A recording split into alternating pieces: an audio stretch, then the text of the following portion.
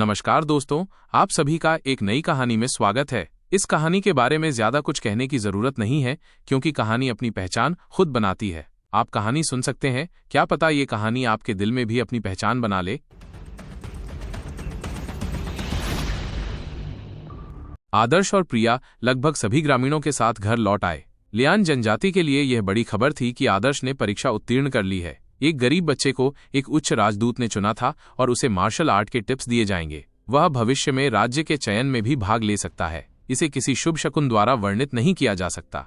तुम कहते हो, मैंने इस आदर्श बच्चे को बड़ा होते देखा है, मुझे उसमें कभी कुछ खास नहीं लगा। वो सच में मार्शल आर्ट का महारथी है और राज्य के चुनाव में हिस्सा लेने के लिए। क्या ये सच है? चूंकि ये बात स्वयं उच्च राजदूत ने कही है तो इसमें कुछ ट्रुथ जरूर होगी, लेकिन मुझे शक है कि उनके पास राज्य के चयन की तैयारी के लिए पर्याप्त समय होगा। अगर आदर्श कोई विलक्षण टैलेंट भी होता तो भी उसे कोई उम्मीद नहीं होती। लियान जनजाति के ग्रामीणों को पता था कि मार्शल आर्ट कोई ऐसी चीज नहीं है जो रातों रात हासिल की जा सके। राज्य का चयन एक विशिष्ट चयन प्रक्रिया थी।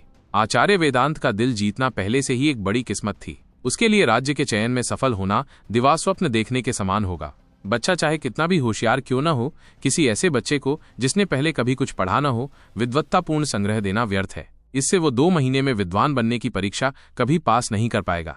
राज्य चयन में भाग लेने का भी यही लॉजिक था। लियान जनजाति के लोग एक आम सहमत पर पहुंच गए थे जिस पर किसी को संदेह नहीं था। बहुत एफर्ट के बाद प्रिया अंततः आदर्श को घर ले आई। प्रिया ने आंगन का दरवाजा बंद कर दिया था, फिर भी कई लोग प्रिया के घर में झांकने के लिए दीवारों पर चढ़ गए थे। चूंकि गांव वालों की मिट्टी की दीवारें छोटी थीं, इसलिए एक बच्चा आसानी से दीवारों पर चढ़ सकता था। नतीजा ये हुआ कि प्रिया के घर की दीवारों पर लोगों की एक कतार गिर गई। मिट्टी की दीवारें धंसने लगीं, मानो अभी ढह जाएंगी।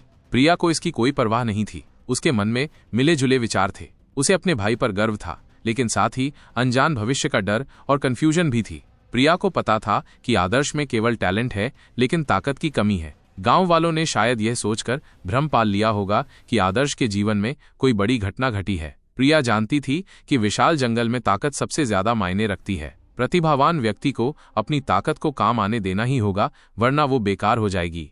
आदर्श, आचार्य वेदांत ने कहा था कि तुम्हारा शरीर निर्बाध है। क्या तुम जानती हो कि निर्बाध शरीर क्या होता है? प्रिया बिस्तर के पास बैठते हुए आदर्श के हाथ पकड़े हुए थी। आदर्श ने अपना सिर हिलाया। बहन प्रिया, क्या यह हो सकता है कि आप जानती हो कि यह क्या है? हाँ, मैंने इसके बारे में थोड़ा बहुत सुना है। सीमलेस बॉडी का मतलब है कि शरीर में ऊर्जा का कोई रिसाव नहीं है। ऐसी बनावट मार्शल आर्ट के अभ्यास के लिए बेहद उपयुक्त है। सीमलेस बॉडी के भी लेवल्स होते हैं। सबसे निचला level mortal blood seamless body है। मॉर्टल ब्लड लोक में रहते हुए कोई रिसाव मुक्त रह सकता है, लेकिन पर्पल ब्लड लोक में पहुंचने पर ऐसा नहीं हो पाएगा। पर्पल ब्लड सीमलेस बॉडी में मॉर्टल ब्लड और पर्पल ब्लड लोक दोनों में कोई रिसाव नहीं होगा, लेकिन उच्चतर लेवल्स पर ऐसा नहीं हो पाएगा। मुझे नहीं पता कि आप इस समय क्या कर रहे हैं। आदर्श प्रिया के शब्दों पर आश्चर्यचकित था। बहन प्रिया, आप इतना सब कैसे जानती हैं? प्रिया ने आदर्श के सिर को छूते हुए कहा, जब मैं छोटा था तो मेरे परिवार ने मेरी टैलेंट का टेस्ट किया था, इसलिए मैंने वहां से कुछ सीखा था। सीमलेस बॉडी की जांच के चरण बेहद कष्टदायक थे। आचार्य वेदांत के पास कोई व्यूह रचना नहीं थी और उनकी साधना सीमित थी, इसलिए वे केवल अपरिष्कृत रूप से ही आपकी परीक्षा ले सकते थे। किसी भी कुल में सीमलेस बॉडी वाले व्यक्ति की बहुत कद्र की जाती है, लेकिन अगर आप सिर्फ मॉर्टल ब्लड सीमलेस बॉडी होते तो आपकी कद्र सीमित होती। हालांकि सीमलेस बॉडी के उच्च स्तर बेहद दुर्लभ होते हैं। मुझे याद है कि परीक्षा वाले दिन मेरे एक चचेरे भाई अथर्व, जो ऋषि स्तर के सीमलेस बॉडी थे, पूरा परिवार बहुत खुश था और उन्होंने कई दिनों तक जश्न मनाया। उन दिनों कई वीआईपी आए थे, लेकिन अब मुझे ज्यादा याद नहीं। प्रिया की बातें सुनकर आदर्श दंग रह गया। ऋषि स्तर निर्बाध शरीर? यद्यपि वो नहीं जानता था कि वो किस लेवल का था, फिर भी वो सचमुच बहुत शक्तिशाली लग रहा था। और परिवार में ऐसा संविधान बनाने में सक्षम होने के लिए प्रिया किस प्रकार के वंश से संबंधित था? आदर्श जानता था कि प्रिया एक अमीर परिवार से आई थी। उसे बचपन से ही लिखना सिखाया गया था। उसने खूब पढ़ा लिखा था, इसलिए उसे साधना के बारे में अच्छी तरह पता था। छोटे परिवारों के बच्चों के लिए यह संभव नहीं था। ऐसे कुल में जन्म लेने के बाद वो कैसे अनजान कारणों से विशाल जंगल में शरण लेने लगी तथा अंततः उसे उसके ही परिवार ने गोद ले लिया। आदर्श खुद को रोक नहीं सका और पूछा, बहन प्रिया, तुम्हारा परिवार किस प्रकार का था? प्रिया ने अपनी छोटी सी भौहें सिकोड़ लीं और कुछ देर सोचने के बाद सिर हिलाते हुए कहा, मुझे अब कुछ याद नहीं। मुझे बस इतना याद है कि वो एक बड़ा परिवार था। फिर मुझे याद आया कि मैंने छोटी उम्र में ही पढ़ना लिखना शुरू कर दिया था। मुझे वो आंगन याद है जहां मैं बचपन में रहा करती थी। उसके बाद की घटनाओं के बारे में कोशिश करने पर भी मुझे अब कुछ याद नहीं। प्रिया के शब्दों ने आदर्श की जिज्ञासा जगा दी। क्या प्रिया के परिवार ने कोई बड़ा बदलाव देखा है? क्या ऐसा टैलेंटेड परिवार नष्ट हो सकता है जिससे वंश बिखर सकता है? राजवंश उठे और गिरे, परिवार बढ़े और नष्ट हुए। इस दुनिया में कुछ भी शाश्वत नहीं है। आदर्श, ये कपड़े मैंने बनाए हैं, देखो ये फिट आते हैं या नहीं। प्रिया ने ये कहते हुए पुराने सामान से नए सिले हुए कपड़ों का एक सेट निकाला। ये हरे कपड़े से बना था। ये बहुत खुरदुरा था क्योंकि क्लाउड वाइल्डरनेस के लोग आमतौर पर लिनेन के कपड़े पहनते हैं। ये मजबूत और प्रतिरोधी थे।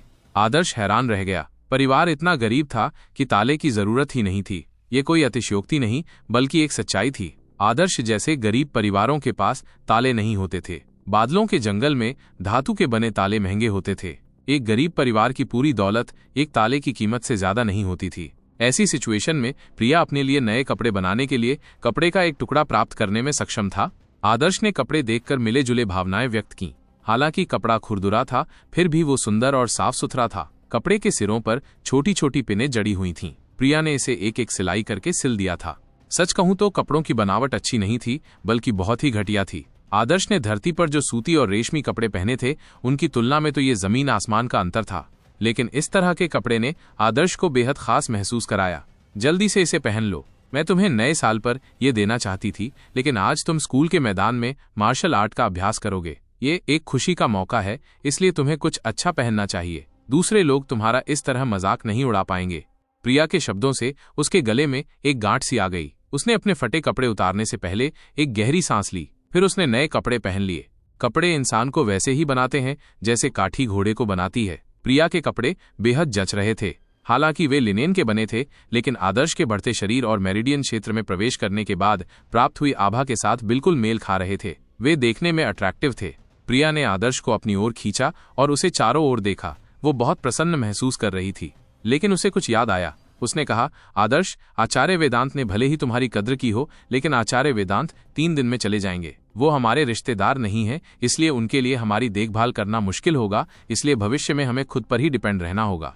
आचार्य वेदांत भले ही कहें कि तुम में बहुत टैलेंट है, लेकिन सिर्फ टैलेंट ही तुम्हारी रक्षा के लिए काफी नहीं है। परिपक्व होने से पहले ही तुम्हें किसी मुसीबत का सामना करना पड़ सकता है। हाथी के दांत होने और गैंडे के सींग होने के कारण ही उनका शिकार किया जाता है। जब तुम आचार्य वेदांत के अधीन अभ्यास कर रहे हो तो ज्यादा अति न करो। चीजों को गुप्त रखना और सतर्क रहना ही सही तरीका है। खासकर विक्रम जैसे लोग जो बेहद संकीर्ण सोच वाले हैं। अगर तुमने उनकी प्रसिद्धि छीन ली तो वो तुम्हें नहीं छोड़ेंगे। जब आचार्य वेदांत यहाँ है तो विक्रम कुछ भी करने की हिम्मत नहीं करेगा, लेकिन आचार्य वेदांत के जाने के बाद क्या होगा? आचार्य वेदांत को पता नहीं होगा कि विक्रम कैसा इंसान है, नहीं उसे लियान आदिवासी कबीले में चल रही एक्टिविटीज और विक्रम की तुम्हारे प्रति दुश्मनी का पता चलेगा। आचार्य वेदांत के हाथ शायद कुछ मामलों में बंधे होंगे और वह राज्य के चयन की प्रारंभिक तैयारियों के लिए सुविधानुसार यहाँ आए हैं। वो शायद इस बारे में ज्यादा सोच विचार नहीं करेंगे और लियान आदिवासी कबीले के आंतरिक मामलों में दखल नहीं देंगे। उनसे तुम्हारी रक्षा की उम्मीद करना बेहद मुश्किल होगा। समझ रहे हो? प्रिया ने एक ही सांस में बहुत कुछ कह दिया, जिससे आदर्श हैरान रह गया। प्रिया के विचार विवेकपूर्ण थे। लोगों और दुनिया के बारे में उसकी समझ उसकी उम्र की लड़कियों से कहीं ज्यादा थी। एक सामान्य लड़की ये सुनकर बेहोश हो जाती कि उसके भाई की किसी उच्च राजदूत ने सराहना की है। वो उसे सलाह देने के लिए घर पर नहीं बैठी रहती, बल्कि अपने काबिल भाई की शेखी बघारने के लिए पड़ोसियों के पास भाग जाती। बहन प्रिया, मैं तुम्हारी कही हर बात समझ गया। आदर्श ने प्रिया का हाथ थाम लिया। चिंता मत करो, अगर मुझे विक्रम से निपटने का कॉन्फिडेंस नहीं होता तो मैं आज कभी आगे नहीं बढ़ता। आदर्श ने रजिस्ट्रेशन से पहले अपने ऑप्शंस पर सावधानीपूर्वक विचार किया था। बिना किसी संदेह के आदर्श को आचार्य वेदांत द्वारा आयोजित प्रारंभिक परीक्षाओं में उत्तीर्ण होना ही था। यह न केवल राज्य के चयन में एंट्री के लिए एक अनिवार्य टिकट था, बल्कि आचार्य वेदांत से कौशल सीखने में भी आदर्श की गहरी इंटरेस्ट थी। इससे पहले आदर्श ने द्रोण से सीख चुराई थी, इसलिए इफेक्टिवनेस काफी कम हो गई थी। जब आचार्य वेदांत अपना चयन कर रहे थे तब आदर्श को आगे आना पड़ा। हालांकि आदर्श केवल अपनी टैलेंट को प्रकट कर सकता था, लेकिन आचार्य वेदांत के सामने अपने वास्तविक ट्रेनिंग का खुलासा नहीं कर सकता था। आचार्य वेदांत को आदर्श का तुरूप का पत्ता नहीं पता था, यहाँ तक कि विक्रम को भी नहीं पता था। आदर्श कुछ दिन पहले तक एक कमजोर बच्चा था। बिना जड़ी बूटियों या हुनर सिखाने वाले लोगों के ये बेतुका था कि वो अचानक मेरिडियन क्षेत्र में पहुंच गया। अगर विक्रम ने आचार्य वेदांत को इस बारे में बताया तो आचार्य वेदांत को शक होगा। उसके जैसा घमंडी व्यक्ति इतनी तेज साधना गति से नहीं कर सकता, भले ही वो रोजाना तरह तरह की कीमती जड़ी बूटियां खाता हो। उस समय आचार्य वेदांत को भी संदेह हो सकता है कि उसके पास कोई सीक्रेट है। हालांकि आचार्य वेदांत एक ईमानदार इंसान लग रहा था, लेकिन सावधानी बरतना ही बेहतर था। एक ईमानदार इंसान अपने सामने मौजूद विशाल खजाने को देखकर भयानक काम करने के लिए प्रेरित हो सकता है। आदर्श बैंगनी क्रिस्टल को एक्सपोज नहीं कर सकता था। सुबह देर से आदर्श स्कूल के मैदान में पहुंचा। भीम और योद्धा तैयारी शिविर के सदस्य उत्सुकता से सुबह ही पहुंच गए थे। उन्होंने बड़े बड़े पत्थर के रोलर और चक्की के पार्ट वहां पहुंचा दिए थे। ये असभ्य लोग अपनी ताकत बढ़ाने के लिए इन्हीं चीजों पर डिपेंड थे। यही वो चीज थी जिसमें वे सबसे माहिर थे और जिस पर उन्हें बेहद गर्व था। इसलिए यद्यपि आचार्य वेदांत नहीं पहुंचे थे, योद्धा तैयारी शिविर के इन लोगों ने पत्थर के रोलरों को उठाना शुरू कर दिया था। आसपास बहुत से ग्रामीण मौजूद थे। वे इस जीवंत दृश्य को देखने से खुद को रोक नहीं पाए। ओह, क्या ये हमारी मार्शल आर्ट की जादूगरी नहीं है? अच्छा, इसे आजमा कर देखो। भीम ने आदर्श को भीड़ से बाहर निकलते देखकर प्रदर्शन किया। पेंग! एक धमाके के साथ भीम ने आदर्श के सामने 500 पाउंड का पत्थर का रोलर फेंक दिया। क्या तुम ऐसा करने की हिम्मत करोगे? भीम ने आदर्श की ओर तिरस्कार भरी नजर से देखा। इन सभी लोगों के सामने भीम ये साबित करना चाहता था कि ये केवल अच्छे भाग्य के कारण ही था कि आदर्श को मार्शल आर्ट का प्रतिभाशाली माना जाता था। भाई भीम, तुम उस पर बहुत ज्यादा जोर दे रहे हो। वो 500 पाउंड का पत्थर का रोलर कैसे उठा सकता है? आओ छोटे भाई, तुम इस छोटे से पत्थर के वजन को क्यों नहीं उठा लेते? एक और आदमी ने आदर्श पर 200 पाउंड का पत्थर फेंका। उसने आदर्श को अपमानित करने में भीम का साथ दिया। उनके लिए आदर्श के लिए 50 पाउंड भी भारी थे। 200 पाउंड की तो बात ही छोड़ दीजिए। वो मार्शल आर्ट का महारथी कैसे हो सकता है? आदर्श ने उन्हें ऐसे देखा जैसे वे मंदबुद्धि हों। उसे उनसे कोई फर्क नहीं पड़ता था। वो मार्शल आर्ट में अपनी प्रतिभा साबित कर चुका था। उसे इसकी परवाह नहीं थी कि लोग उस पर विश्वास करते हैं या नहीं। उसने उनके मन में बीज बोने का अपना लक्ष्य हासिल कर लिया था। इसके बाद उसे सही तरीके से साधना करनी थी। जब वो राज्य के चयन में अपनी असाधारण शक्ति का प्रदर्शन करता तो ये समझ में आता। आदर्श ने विक्रम के साथ सीधे संघर्ष की योजना नहीं बनाई थी। विक्रम की साधना उसे एक स्तर ऊपर थी और उसे युद्ध का अच्छा एक्सपीरियंस था। इसके अलावा विक्रम सिर्फ एक व्यक्ति नहीं था। द्रोण और कुलपति जैसे अन्य लोग भी थे और उच्च वर्ग के कई लोग विक्रम का समर्थन करते थे। अगर बात सच में की जाए तो आदर्श को लगा कि उसकी मौजूदा ताकत बहुत कमजोर है। इसके अलावा उसकी एक कमजोरी थी, प्रिया। लॉर्ड आचार्य वेदांत यहाँ है। अचानक एक आदमी धीमी आवाज में चिल्लाया। योद्धा तैयारी शिविर के सभी सदस्य मुर्गियों की तरह तितर बितर हो गए और पत्थर के रोलर उठाने लगे। अरे हाँ, ये लोग वर्षों से पत्थर के रोलर उठा रहे थे, जिसके परिणाम स्वरूप एक सामंजस्यपूर्ण मंत्रोच्चार हुआ। दृश्य वास्तव में पूरे जोश में था। विक्रम के साथ आचार्य वेदांत चौक के बीचों बीच पहुंचे। पुरुषों के चेहरे उत्साह से लाल थे। वे आचार्य वेदांत को अपनी ताकत दिखाने की कोशिश कर रहे थे ताकि उन्हें कुछ श्रेय मिल सके। इन सब के बीच भीम सबसे ज्यादा मेहनत कर रहा था। उसके चेहरे के भाव बता रहे थे, देख रहे हो, यही उसकी असली ताकत थी। वो 500 पाउंड के पत्थर के रोलर से भी खेल सकता था। एक छोटे बच्चे से उसकी तुलना कैसे नहीं की जा सकती? लॉर्ड आचार्य वेदांत, ध्यान से देखिए, क्या अभी आपसे कोई गलती हुई है? यह दृश्य देखकर आचार्य वेदांत की भौहें तन गईं। उसे लगा जैसे उसका धैर्य जवाब दे रहा है। राज्य के उच्च पदस्थ अधिकारी कुछ और नहीं जानते थे और जंगल में राज्य चयन करना चाहते थे और उसे ये काम करना ही था। उसे लगा जैसे वो किसी बेकार चीज को सिखा रहा हो। अरे कमीने, मेरे लिए खड़े हो जाओ। आचार्य वेदांत अचानक दहाड़ा। उसकी ध्वनि तरंगे बम की तरह आगे की ओर फटी, जिससे योद्धा तैयारी शिविर के सदस्य डर गए। सबने अपनी पकड़ ढीली कर दी। पेंग पेंग पेंग। उनमें से कई लोगों की पत्थर के रोलर को जमीन पर गिराने से लगभग कमर टूट गई। भीम और बाकी लोग थोड़े हक्के बक्के रह गए। उन्हें उम्मीद नहीं थी कि मूल रूप से राजसी लेकिन मिलनसार आचार्य वेदांत पूरी तरह बदल जाएगा। दरअसल दिव्य रक्षक दल एक सेना थी। एक यूनिट में प्रशिक्षक के तौर पर किसी व्यक्ति को पीट कर मार डालना आम बात थी। आचार्य वेदांत उदारवादी थे क्योंकि उन्हें कबाड़ के स्तर तक गिरने की जहमत नहीं उठानी थी। दिमागी तौर पर बीमार इन कबाड़ लोगों को पीटना दिव्य रक्षक दल के तौर पर उनकी प्रतिष्ठा पर कलंक था। तुम बेवकूफों की टोली, मैं इस लियान आदिवासी कबीले की यात्रा के दौरान तुम्हें सिर्फ 3 दिन के कौशल सिखाऊंगा। मैं असल में तुम्हें मुट्ठी के कौशल या गति के कौशल सिखाना चाहता था, लेकिन तुम्हारे कार्यों और अज्ञानता को देखते हुए मुझे संदेह है कि मैं तुम्हें कोई भी कौशल सिखा पाऊंगा।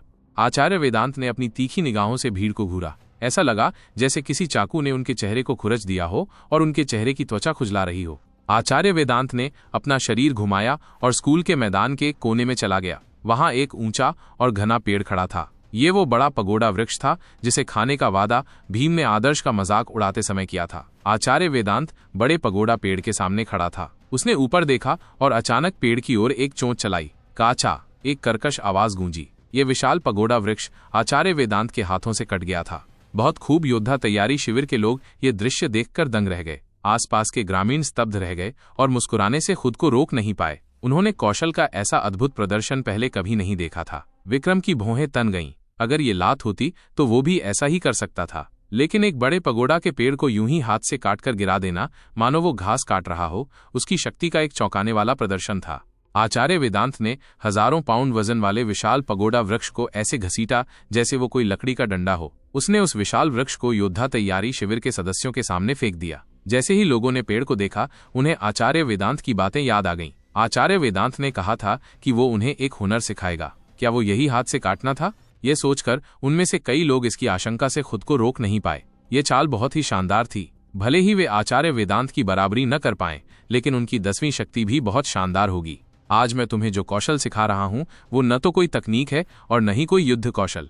ये एक रहस्यमय तकनीक है। ये दिव्य रक्षक दल का एक आधारशिला कौशल है, अमूल्य। अगर तुम इसे अच्छी तरह सीख लो तो मार्शल आर्ट की राह आसान हो जाएगी और ये तुम्हारे शरीर की ताकत को भी बढ़ा देगा। ये तुम्हारी जीवित रहने की क्षमता को भी बढ़ा देगा। आचार्य वेदांत के शब्दों ने लोगों की जिज्ञासा जगा दी। इससे न केवल उनकी मार्शल आर्ट में मदद मिली, बल्कि उनकी ताकत और यहाँ तक कि उनकी जीवित रहने की क्षमता भी बढ़ी। ये दिव्य रक्षक दल का एक आधारशिला कौशल था। ये रहस्यवादी तकनीक सचमुच बहुत अच्छी लग रही थी। ये क्या थी? आप? आचार्य वेदांत ने भीम की ओर इशारा किया। आगे बढ़ें। भीम ने समझदारी से आचार्य वेदांत के सामने कदम रखा। वो कुछ हद तक घबराया हुआ था और कुछ हद तक उत्साहित भी। यह रहस्यमय तकनीक आपके द्वारा प्रदर्शित की जाएगी। भीम उन शब्दों को सुनकर प्रसन्न हुआ। एक अच्छा परिणाम उसकी झोली में आ गिरा था। हा हा हा। भीम मन ही मन 3 बार हंसा। आचार्य वेदांत खुद को यह रहस्यमयी तकनीक सिखाने जा रहा था, तो क्या वो इसे अच्छी तरह नहीं सीख पाएगा? हालांकि लॉर्ड आचार्य वेदांत ने कुछ नहीं कहा, पर उन्होंने मेरी कद्र तो की ही थी। उम्मीद तो यही थी कि पूरे योद्धा तैयारी शिविर में मेरी ताकत सबसे ज्यादा है। आज के अभ्यास का लक्ष्य वो बड़ा पगोड़ा वृक्ष है। मैं कम से कम एक बार में ही छाल का एक बड़ा टुकड़ा काटने में सक्षम हो जाऊंगा। जब भीम कोशिश करने के लिए उत्सुक था, आचार्य वेदांत ने 2 टुकड़ों में बड़े पगोड़ा पेड़ को अलग कर दिया। इसके बाद आचार्य वेदांत ने बड़े पगोड़ा वृक्ष की ओर इशारा किया और भीम से कहा, तुम इस बड़े पगोड़ा वृक्ष को खाओ। इन शब्दों के साथ उत्साहित भीम लगभग गिर पड़ा और उसका सिर जमीन में जा लगा। क्या क्या बकवास है? इस बड़े पगोड़ा वृक्ष को खाओ, बड़े पगोड़ा पेड़ खाओ, पेड़ खाओ, खाओ। ये शब्द भीम के दिमाग में गूंज रहे थे। उसे आचार्य वेदांत पर यकीन नहीं हो रहा था। मैं इसे गलत नहीं सुन सकता था। ओह, क्या तुम समझ नहीं रहे हो? भीम को हिचकिचाते देख आचार्य वेदांत के चेहरे पर ठंडक छा गई। भीम अवाक रह गया। उसे लगा कि आचार्य वेदांत उसे चिढ़ा रहा है। क्या लॉर्ड आचार्य वेदांत ने आदर्श का मजाक उड़ाते हुए सुना था और जानबूझकर उसे चिढ़ा रहे थे? लेकिन चाहे वो कितना भी असंतुष्ट क्यों न हो, उसने आचार्य वेदांत को जवाब देने की हिम्मत नहीं की। इस समय योद्धा तैयारी शिविर के सदस्यों ने भीम को दया से देखा। वे जानते थे कि भीम ने पहले आदर्श से क्या कहा था। उन्हें उम्मीद नहीं थी कि बदला इतनी जल्दी मिलेगा। भीम के दुर्भाग्य को देखकर वे 2 व्यक्ति, जिन्होंने एक बड़े पत्थर के रोलर को खाने और पूर्वी नदी का पानी पीने के बारे में बात की थी, घबरा गए। काश वे अपने मुंह पर थप्पड़ मार पाते। वे भीम के पागलपन में क्यों शामिल हुए? हो सकता था कि उन्हें कुछ ही देर में उनकी सजा मिल जाती। बड़े पगोड़ा वृक्ष से 1-2 टुकड़े तो खाए जा सकते थे, लेकिन पत्थर के रोलर को कैसे खाया जा सकता था? भीम, तुम बेकार क्यों बैठे हो? तुम्हें पेड़ खाने का आदेश दिया गया था, क्या तुमने सुना नहीं? विक्रम ने भीम की अनिच्छा देखी और उसे फटकार लगाई। विक्रम को इसकी वजह की परवाह नहीं थी। उसने तय किया कि चूंकि इसकी कमान आचार्य वेदांत के हाथ में थी, इसलिए उच्च राजदूत के किसी भी आदेश का पालन करना ही होगा। आखिरकार ये सिर्फ उसकी बदकिस्मती की वजह से तो नहीं था। भीम ने अपने कड़वे चेहरे के बावजूद अपना मन बना लिया। उसने कहा, मैं खाऊंगा। वो नीचे झुका और लकड़ी का एक टुकड़ा तोड़ लिया। भीम ने बिना आंसू बहाए इस लकड़ी के टुकड़े को देखा। इस लकड़ी के टुकड़े से घर बनाया जा सकता था। मेरे साथ दीमक जैसा व्यवहार किया जा रहा है। विक्रम का अमित्र चेहरा देखकर भीम ने केवल भाग्य को ही स्वीकार कर लिया और उसने अपनी आंखें बंद करके लकड़ी के टुकड़े को अपने मुंह में ठूस लिया। ये स्वाद एक अवर्णनीय आनंद था। भीम को ऐसा लगा जैसे उसका गला चीर दिया गया हो। उसने बड़ी मुश्किल से एक टुकड़ा निगला था। उसने बेबसी से आचार्य वेदांत की तरफ देखा। उस पर लिखा था, क्या इतना काफी है? लेकिन आचार्य वेदांत ने बस इतना कहा, आगे बढ़ो। भीम लगभग बेहोश हो गया। वो पत्थर के रोलर उठाने, पेड़ काटने और ढेर लगाने में माहिर था, लेकिन लकड़ी खाना उसके लिए यातना थी। भगवान आचार्य वेदांत, मैं इस रहस्यमय तकनीक को नहीं समझ पा रहा हूं। विक्रम ने शुरू में सोचा था कि आचार्य वेदांत भीम को चिढ़ा रहा था, उसे आदेशों का पालन करने का महत्व समझा रहा था, लेकिन अब यह ठीक नहीं लग रहा था। ऐसा लग रहा था कि भीम को पेड़ खाने पर मजबूर करना रहस्यवादी तकनीक का हिस्सा था। अगर ऐसा है तो उसे भी कुछ समय बाद लकड़ी खानी पड़ेगी। इसलिए उसने पक्का करने के लिए पूछा, विक्रम के प्रति आचार्य वेदांत का रवैया बेहतर था। उन्होंने कहा, इस रहस्यमय तकनीक को हाथी निगलने की तकनीक के नाम से जाना जाता है। ये आपके पेट और पाचन क्षमताओं को प्रशिक्षित करने के लिए इस्तेमाल की जाने वाली तकनीक है।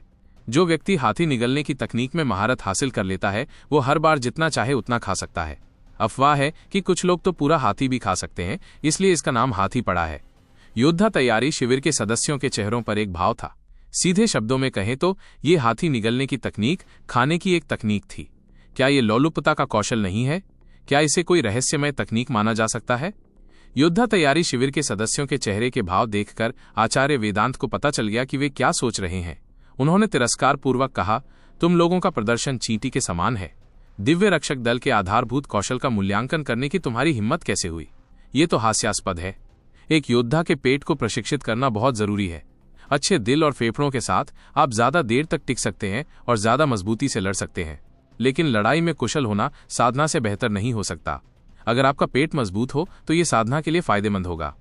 मॉर्टल ब्लड योद्धाओं के लिए आप पत्थर के रोलर चला रहे होंगे, लड़ रहे होंगे, पेड़ों और घरों पर चढ़ रहे होंगे। ये सारी एनर्जी कहाँ से आती है? ये आपके भोजन से आती है। कुछ योद्धाओं का पेट अच्छी तरह प्रशिक्षित होता है और उनकी भूख कमाल की होती है।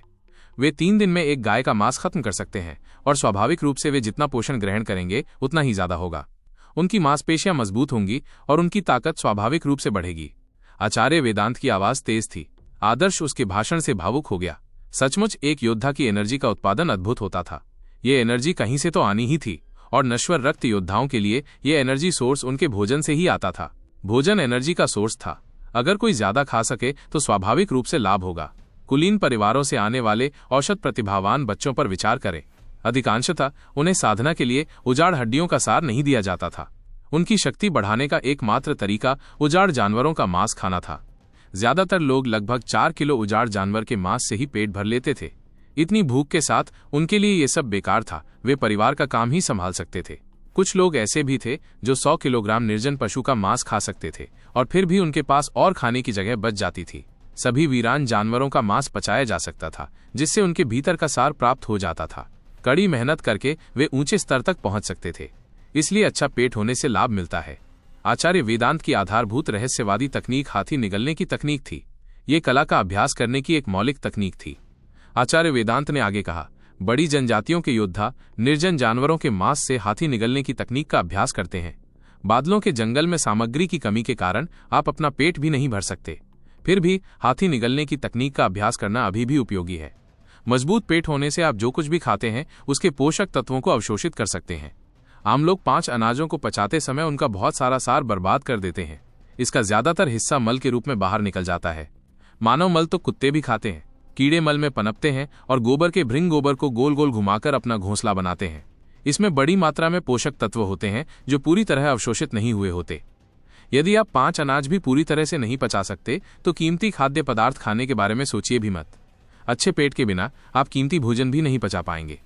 हाथी निगलने की तकनीक सीखने के बाद आप जो कुछ भी खाएंगे उसे पूरी तरह से पचा पाएंगे। जब आप अकाल का सामना करेंगे तो आप पेड़ों की छाल या ग्वानिन मिट्टी खाकर उसे पचा पाएंगे, जिससे आपको जीवन जीने के लिए पोषण मिलेगा। आज से आपके भोजन में पेड़ों की जड़ें, छाल और ग्वानिन मिट्टी शामिल होगी। खाना खत्म करने के बाद मेरी विधि अपनाकर अपनी हाथी निगलने की तकनीक का अभ्यास करें, ताकि आपका पेट इन मुश्किल से पचने वाले खाद्य पदार्थों को पोषक तत्वों में बदलने के लिए प्रेरित हो सके। आचार्य वेदांत की बातें सुनकर योद्धा तैयारी शिविर के सदस्य अवाक रह गए। उन्हें वो खाना पड़ा। वे 3 दिनों तक भोजन के रूप में केवल लकड़ी और ग्वानिन मिट्टी ही खा सकते थे। उन्होंने शुरू में सोचा था कि वे आचार्य वेदांत द्वारा भयंकर जानवरों के शिकार से प्राप्त मांस का आनंद ले सकेंगे। हालांकि हकीकत बहुत क्रूर है। भयंकर जानवरों के मांस के अलावा उन्हें चावल का दलिया भी खाने की इजाजत नहीं थी। योद्धा तैयारी शिविर के सदस्यों के चेहरे कड़वे थे। कोई भी पेड़ खाना नहीं चाहता था। उन्हें कम से कम इस प्रोसेस में सहजता से शामिल होने की आवश्यकता थी। जैसे ही उन्होंने एक दूसरे को देखा, आदर्श झुंड से बाहर निकल आया। वो बड़े पगोड़ा पेड़ के सामने झुक गया, एक टहनी तोड़ी और उसे पत्तों समेत निगल गया। कला का अभ्यास आनंद लेने के लिए नहीं किया गया था। इसके लिए कष्ट, निराशा और जान जोखिम में डालने की जरूरत थी। सिर्फ मार्शल आर्ट ही नहीं। आदर्श जानता था कि धरती पर कलाबाजी, नृत्य या जूडो का अभ्यास करने वाले बच्चों को कड़ी ट्रेनिंग से गुजरना पड़ता है। मिसाल के तौर पर एक शिक्षक बच्चे की पीठ पर घुटने टेक कर दबाव डालता था। ऐसा दर्द कोई बड़ा बर्दाश्त नहीं कर सकता था। इस अजीब दुनिया में एक अद्वितीय विशेषज्ञ के पर्दे के पीछे अवर्णनीय प्रयास था। लकड़ी या ग्वानिन मिट्टी खाना तो कुछ भी नहीं था। ये देखकर कि आदर्श उसके निर्देशों का पालन करने वाला पहला व्यक्ति था, आचार्य वेदांत ने सेटिस्फैक्शन से सिर हिलाया। बाकी लोगों ने ऐसा नहीं सोचा। भीम ने आदर्श को पेड़ खाते हुए देखा और उपहास किया, लकड़ी खाना इतना आसान नहीं है। तुम शायद हीरो बनने की कोशिश कर रहे हो, लेकिन मैं बाद में देखूंगा कि तुम कैसे मरते हो। जब लोगों को अकाल का सामना करना पड़ा तो उन्होंने घास की जड़ें और पेड़ों की छाल खा ली, लेकिन किसी ने लकड़ी, खासकर कच्ची लकड़ी, खाने की कोशिश नहीं की। दीमको या बोररों के अलावा दुनिया में बहुत कम एनिमल लकड़ी खाते थे। लकड़ी के रेशे ऐसी चीज नहीं थे जिन्हें पेट पचा सके। जाओ, कुछ ग्वानाइन मिट्टी खोदो, आचार्य वेदांत ने आदेश दिया। ग्वानाइन मिट्टी दरअसल मैग्नीशियम सिलिकेट थी। कोई नहीं जानता था कि इसे ग्वानाइन मिट्टी क्यों कहा जाता था। शायद अकाल के दिनों में लोग ग्वानाइन देवी की मदद लेते थे। ये मिट्टी पेट भर सकती थी, इसलिए इसे ये नाम मिला। लेकिन असल में ग्वानीन मिट्टी जहर थी। कम मात्रा में ये नुकसानदेह नहीं थी, लेकिन थोड़ी ज्यादा मात्रा में लेने पर अपच हो जाती थी। इसे बाहर निकालना इम्पॉसिबल होता था और अंततः पेट फूलने से व्यक्ति की मौत हो जाती थी। कोइंसिडेंस से लियान जनजाति के पास ऐसी ही एक सामग्री थी। कुछ लोग सोच सकते हैं कि अगर लोगों को पता था कि इससे मौत हो सकती है तो वे ग्वानाइन मिट्टी क्यों खाते थे। ये स्थानीय लोगों की अज्ञानता के कारण था। उनका मानना था कि अगर उनका दिल सच्चा होगा तो उन्हें ग्वानाइन से मुक्ति मिल जाएगी। दूसरा कारण यह था कि ग्वानाइन मिट्टी का स्वाद पेड़ों की छाल और घास की जड़ों से कहीं बेहतर होता था। इसका रंग, रूप और स्वाद आटे जैसा होता था। कुछ लोग जो अत्यधिक भूख के कारण इसके प्रलोभन का विरोध नहीं कर पाते थे, ज्यादा खाने से मर जाते थे। ग्वानाइन मिट्टी को खोदकर एक ढेर में इकट्ठा किया गया। ये ग्वानाइन मिट्टी नागरिकों द्वारा यहां लाई गई थी। लियान जनजाति के नागरिक दर्शक बने हुए थे। योद्धा तैयारी शिविर के लोगों को ग्वानाइन मिट्टी खाते देख दर्शक चिंतित हो गए। थोड़ी ग्वानाइन मिट्टी खाना तो ठीक था, लेकिन अगर वे इतनी ज्यादा मात्रा में खा लेते तो परिणाम विनाशकारी होते। शुरू करो, आचार्य वेदांत ने हल्के से कहा। आदर्श ने बिना किसी हिचकिचाहट के ग्वानाइन मिट्टी को खूब खाना शुरू कर दिया। इसका कोई खास स्वाद नहीं था, बस थोड़ा मलाईदार था। ग्वानाइन मिट्टी को निगलना लकड़ी की तुलना में बहुत आसान था। आदर्श की हरकतें देखकर योद्धा तैयारी शिविर के लोग चुप नहीं रह सके। उन्होंने हिम्मत जुटाई और खाना शुरू कर दिया। उनका मानना था कि आचार्य वेदांत उन्हें नुकसान पहुंचाने नहीं आया था। हालांकि उसे खाना बहुत बुरा था, लेकिन हुनर सीखने के लिए उन्हें यह सब सहना पड़ा। लेकिन जैसे ही ये विचार उनके दिमाग में कौंधा, आचार्य वेदांत ने उस विचार को तोड़ दिया जब उन्होंने कहा, हाथी निगलने की तकनीक सीखना इतना आसान नहीं है। कुछ लोग जिन्होंने हाथी निगलने की तकनीक के अभ्यास के लिए ग्वानाइन मिट्टी खाई, पेट फूलने से मरने से पहले इसे सीख नहीं पाए। आचार्य वेदांत के शब्द सुनकर उनमें जो साहस जुटाया गया था वो खत्म हो गया। यदि आप हाथी निगलने की तकनीक में निपुण नहीं हो पाते तो ये सारी लकड़ी और ग्वानाइन मिट्टी खाने से आपकी मृत्यु हो जाएगी। इस तकनीक को सीखने से उनकी मौत हो जाएगी। उन्हें लगा कि उन्हें कष्ट सहना पड़ेगा, लेकिन इससे उनकी जान को कोई खतरा नहीं होगा। लेकिन सच्चाई ने साबित कर दिया कि उनका सोचना गलत था। भीम और उसके साथियों के हाव भाव देखकर आचार्य वेदांत ने तिरस्कार भरी नजर से देखा। क्या आपको लगता है कि मार्शल आर्ट का मतलब सिर्फ दूसरों को खाना खिलाना और अच्छा समय बिताना है, और इससे आप एक बेजोड़ हुनर सीखेंगे? जब एक योद्धा कलाओं का अभ्यास करता है तो उसे यह समझना होगा कि उसे लगातार मौत का सामना करना पड़ेगा। दिव्य रक्षक दल सदस्यों के सामान्य प्रशिक्षण में भी अक्सर मौतें होती हैं। अपने शरीर को उसकी सीमाओं तक धकेले बिना आप सफलता की उम्मीद कैसे कर सकते हैं? मार्शल आर्ट का मार्ग रहस्यमयी डोमेन में प्रवेश, प्रतिशोध, खजाने के लिए होड़, भीतर के शैतान का नाश, मौत से बचना, त्रासदियों से उबरना। इनमें से किसमें मृत्यु नहीं है? आप अभी शुरुआती दौर में हैं। अगर आप ग्वानाइन मिट्टी खाने की हिम्मत नहीं करते तो मार्शल आर्ट का अभ्यास न करें, बस इस विशाल जंगल में मर जाएं। आचार्य वेदांत को इन लोगों से कोई और मांग नहीं थी। उन्होंने ये भी नहीं बताया कि हाथी निगलने की तकनीक सीखने वाले किसी नौसिखिए को कितनी मात्रा में ग्वानाइन मिट्टी या लकड़ी खानी चाहिए। ये व्यक्ति के साहस पर निर्भर करता है कि वो कितना खाना खाए।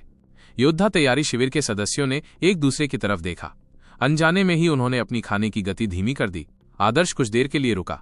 थोड़ी देर की खामोशी के बाद उसने उन शब्दों से बेपरवाह स्थिर गति से खाना शुरू कर दिया। आचार्य वेदांत ने आदर्श को देखा और सिर हिलाया। यह साहस प्रशंसनीय था। जहां तक भीम और उसके साथियों की बात है, उन्होंने स्वाभाविक रूप से आदर्श को लगातार लकड़ी और ग्वानाइन मिट्टी खाते हुए देखा।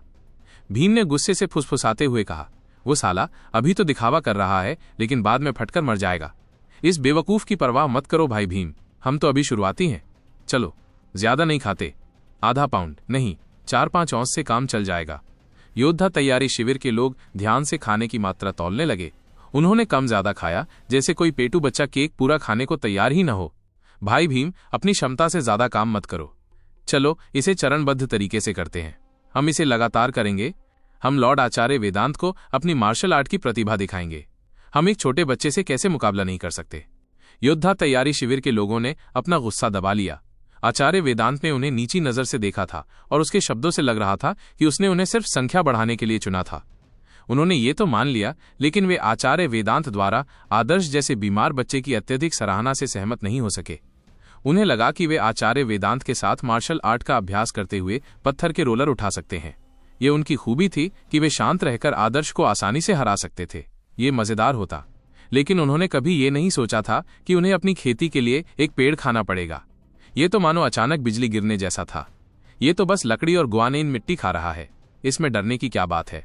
भाइयों, खाओ, हमें आदर्श से भी आगे निकलना है। ये नन्ही सी स्त्री सदृश तो बस खेलने के लिए ही आई है। भीम ये सोचकर और भी ज्यादा क्रेजी हो रहा था। अगर दूसरे लोग खाने की हिम्मत नहीं करेंगे तो वो जानबूझकर और ज्यादा खा लेगा। उसे यकीन नहीं था कि वो हाथी निगलने की तकनीक नहीं सीख पाएगा। इस समय तक आदर्श आराम से लगभग 1 किलो गुआनीन मिट्टी खा चुका था। गुआनीन मिट्टी उसके पेट में फूलने लगी थी। उसे ऐसा लग रहा था जैसे उसके पेट में शीशे का एक टुकड़ा ठूंस दिया गया हो और वो नीचे गिर रहा हो। आदर्श के पेट में दर्द होने लगा। इस प्रकार का दर्द शुरू में स्पष्ट नहीं होता, लेकिन समय के साथ ये अधिक गंभीर हो जाता है, यहाँ तक कि लोग दर्द से मर भी जाते हैं। अचानक आदर्श ने एक आवाज सुनी, मेरे पीछे आओ, ये 12 चालें करो। आदर्श ने सिर उठाया और आचार्य वेदांत को सबके सामने खड़ा देखा। आचार्य वेदांत की नजरें उस पर थीं और उसकी मुस्कान उत्साहवर्धक थी। इसके साथ ही आचार्य वेदांत ने चलना शुरू कर दिया। आचार्य वेदांत की हरकतों का वर्णन करना मुश्किल था। उसकी हरकतें धुंधली लग रही थीं। ऐसा लग रहा था जैसे वो किसी दूसरे अंतरिक्ष समय आयाम में खड़ा हो, बाहरी दुनिया से उसका संपर्क टूट गया हो। उन्होंने हर चाल का प्रदर्शन किया। हर चाल बेहद अजीब थी, लेकिन जब क्रियाएं आपस में जुड़ती तो एक सहज स्वाभाविक फील होता। आचार्य वेदांत की गति अलग अलग थी। उसमें एक ऐसा ऑरा था जिसे बयान करना मुश्किल है। ये क्रियाएं लोगों की आंखों में दिखाई देती थीं, लेकिन ऐसा लगता था जैसे कोई परछाई दिखाई दे रही हो जो थी ही नहीं। ये एक भ्रम जैसा लग रहा था। स्वप्न। आदर्श को अचानक कुछ याद आया। उसे लगा जैसे आचार्य वेदांत की हरकतें देखना एक सपना था। स्वप्न में देखी गई चीजें, कहे गए शब्द सभी वास्तविक और स्पष्ट थे। सपनों में अत्यधिक रचनात्मकता लाना, सुंदर कविताएं रचना पॉसिबल था। सपने में ऐसा महसूस हो सकता था कि उसकी साहित्यिक प्रतिभा उत्कृष्ट थी, लेकिन चाहे जो भी हो वो कभी याद नहीं रख पाएगा कि क्या लिखा या कहा गया था। जागने पर सब कुछ भूल जाएगा। आचार्य वेदांत की हरकतें देखकर आदर्श के मन में एक अजीब आइडिया आया।